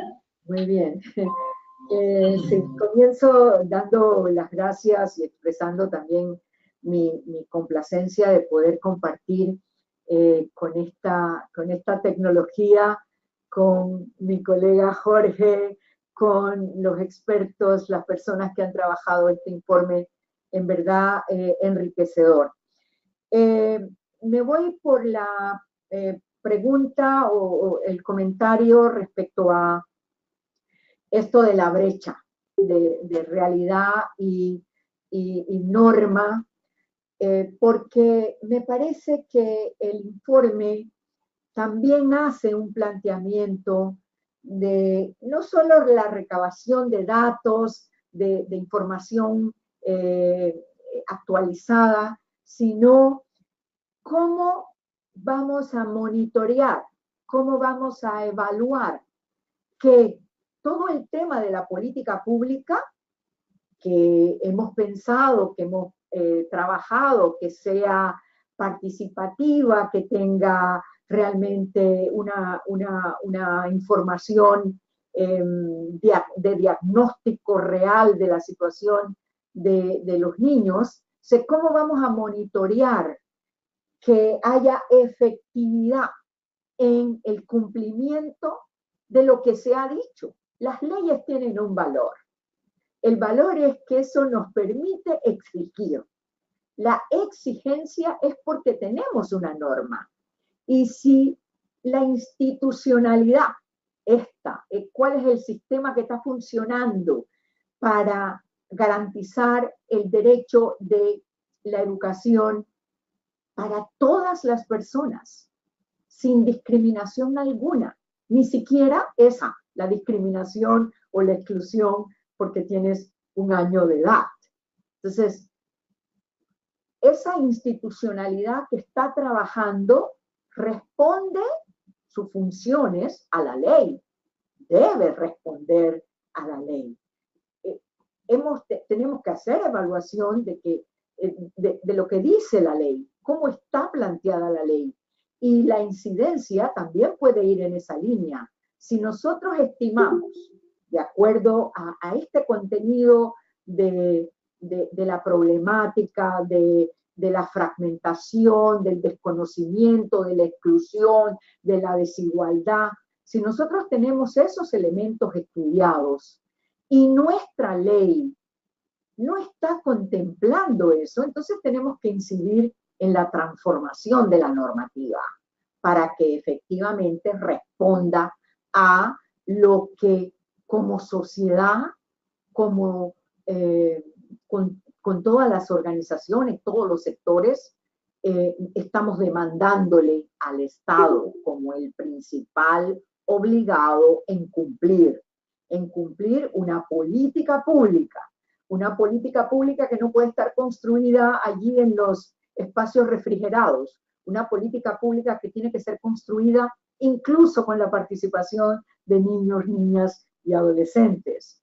Una institucionalidad que está funcionando o no está funcionando. Y si no está funcionando, la ley debe decirme cómo puedo obligar a la institución que responda. Quizás esto es la parte de la pelea, pero que no es que vamos a pelearla con confrontación, pero son los elementos que tenemos para la exigibilidad del derecho. Y de allí entonces la intervención.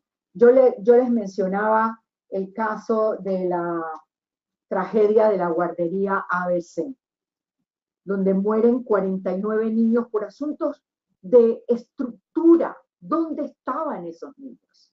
Entonces, todo el tema de físico era una situación de absoluto peligro. Entonces, esa exigencia del cumplimiento antes de que la tragedia suceda, eso es parte de esta necesidad de trabajar, de enfilar lo que representa para la sociedad civil, para las organizaciones, la supervisión, el monitoreo, la evaluación, la rendición de cuentas que tienen que dar las instituciones responsables de hacer cumplir efectivamente el derecho para todos y todas.